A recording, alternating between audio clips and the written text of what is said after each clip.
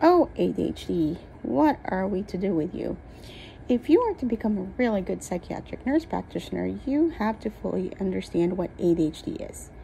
You may think, oh, I won't specialize on it anyway or see patients seeking treatment for ADHD, so I don't really need to know. Well, totally wrong. And I'm going to tell you why. So hang out with me today and let's talk about 5 things you need to know about ADHD. Adult ADHD, that is. Hello, PMHNPs. This is Caroline, psychiatric nurse practitioner from California.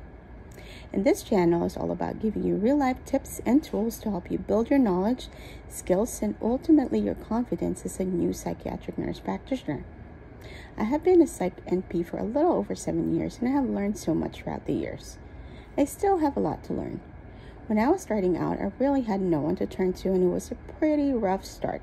And I'm hoping that this channel will make it a little bit easier for all of you new psych NPs starting out into this new career. So, ADHD, Attention Deficit Hyperactivity Disorder. According to the NIMH, ADHD is a neurodevelopmental disorder associated with pathophysiological problems during cognitive demands, reward processing, and during rest. Is further complicated by a number of heterogeneities regarding clinical characteristics, sex differences, and frequent comorbid disorder. Well, that was a pretty heavy definition. There's another simple definition, which is ADHD is marked by an ongoing pattern of inattention and or hyperactivity, impulsivity that interferes with functioning or development. So inattention, hyperactivity, and impulsivity. So hang out with me today and we'll dive into the topic of adult ADHD. Number 1. Untreated ADHD in adults may present as anxiety. Why? Because anxiety is more understood disorder than ADHD, and most adults grow up, especially with inattentive type, not identifying their symptoms as such, and will therefore come to see a professional to report a more familiar anxiety symptom instead. In truth, for those with ADHD symptoms, anxiety may be a secondary problem or a comorbid problem rather than primary. This is why it's very important to do a full evaluation and rule out the presence of ADHD. Let me give you an example. You may see a patient come to you for anxiety related to work stress. She's not able to keep up with the workload, missing deadlines, or even if she doesn't miss deadline, it takes her a lot longer time to get it done. This causes her much anxiety over work and over her performance at work. If this is an anxiety disorder, there is an intense worry that may be disproportionate to the actual problem. Now, this patient then states it's hard to concentrate, easily distractible, and couldn't prioritize and organize. Now, are these symptoms of anxiety disorder? It can be. It can definitely be a consequence of anxiety disorder, but how do we rule this out as ADHD? Well, then you need to go back to your DSM-5. Has it happened before the age of 12? Is this a constant, persistent, pervasive issue throughout the person's life? And are there other ADHD symptoms associated with this? What I want you to remember is this.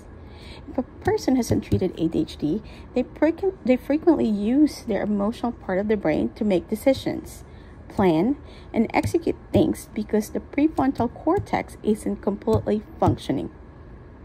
Therefore, they will use anxiety to boost them into doing something that they have been procrastinating on forever. They will use fear or any type of emotions to get them to complete that specific task, that presentation. And if your body keeps stimulating that emotional part of your brain to get things done, don't you think you will end up with anxiety and possibly emotional dysregulation? Because that's what you keep stimulating instead of the prefrontal cortex. And because the prefrontal cortex is lacking, then something has to take over to get things done, for decision to be possible, for planning to be possible, for execution to be possible. And usually the emotional part of the brain has to take over. And that's why a lot of people come to you with anxiety. Or some people will come to you because of depression, because of other emotional dysregulation symptoms that may be rooted from untreated ADHD. Well, caveat, I'm not saying that people who come to you with anxiety is going to have ADHD. That is not the case.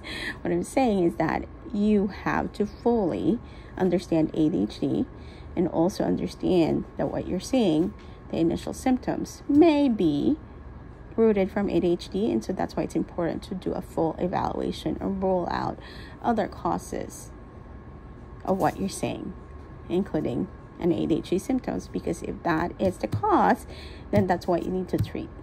And believe me, in my many years of treating patients with ADHD, as their symptoms improve with treatment, their emotional symptoms also improve, and it's a lot easier for them not to get into a depressed state or a panic state. Number 2, intelligence is not the basis of ADHD diagnosis. I was once told by a medical professional, this was many years ago, that one way you can tell if a person does not have ADHD is if they have a college degree. If they make it true that there's no disorder. Yikes, completely wrong. It does not mean it didn't take them triple the effort to make it happen compared to someone with a fully functioning prefrontal cortex. So intelligence and success in their career, in their life, and whatever the definition of success is to you, does not mean that the person has no ADHD. Number 3, ADHD hyperfocus. Have you heard of that? This is when the patient is overly focused on something, a topic, a task, a hobby, an idea, and they spend so much time on it that it may make them lose sleep. They get too engrossed in it that they may talk about it a lot, watch hours of videos about it, or buy everything to make this new hobby happen. Does it sound like a symptom of mania? Definitely, right? We may mistakenly think of this as a manic state. However, if you evaluate closely when this occurs, for those with ADHD and not a true bipolar disorder, there are no other symptoms of mania, even though they don't sleep because they are, researching it. The next day, their energy goes down, they can focus, it's worse. It's not like that classic manic state where they can, not sleep for days and feel like they've got energy and don't really need to sleep. There's no pressured speech, there's no euphoria. Maybe a little bit of that feeling of, oh my God, this is something I'm really interested in, I really like it.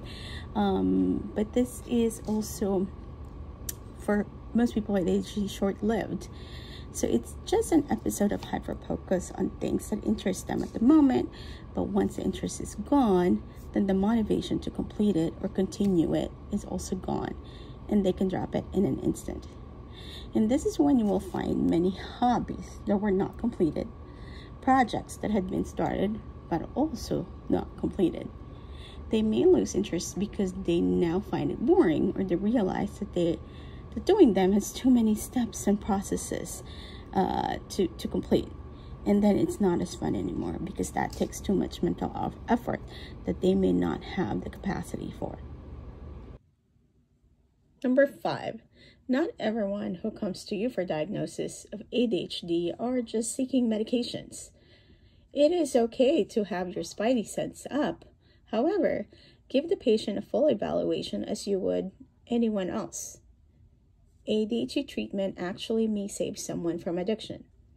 Of course, careful, extensive evaluation is necessary to come up with the most accurate diagnosis and treatment for the patient. And I'm not saying this is in any shape or form that ADHD treatment or ADHD medication is a treatment for addiction. That's not exactly what I'm saying. What I'm saying is that people who may have addiction problems may also have had ADHD that were undiagnosed. One last thing to say is that if you are not comfortable treating patients with ADHD, that's totally fine, but do not shame them for it. Do not post it on social media and make them seem like criminals. It really makes me uncomfortable, and I'm sure other people who treats ADHD, when I see posts like that. And it also shows not so much about your patient, but also shows how limited knowledge you have about this disorder. It also makes our profession look pretty bad. So I know we may have some preconceived notion about ADHD even prior to, either during nursing. I don't know where we get it, but let's leave it at the door and have an open mind in terms of patients coming in for ADHD evaluation. Some of them have not been diagnosed all their lives, but they struggled in silence. And it is totally okay when they realize, hey, I know a little bit more about ADHD, probably through social media, just more from information technology all over everywhere, right, about ADHD, that they recognize it.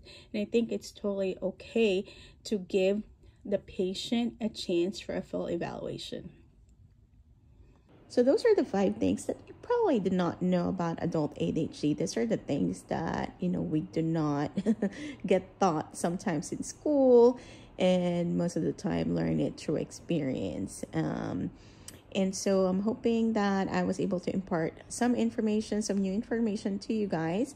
And if you like this video or podcast or whatever you may call it right now, because I'm not doing a video, please do subscribe and share it to anyone who might be interested in learning more about adult ADHD.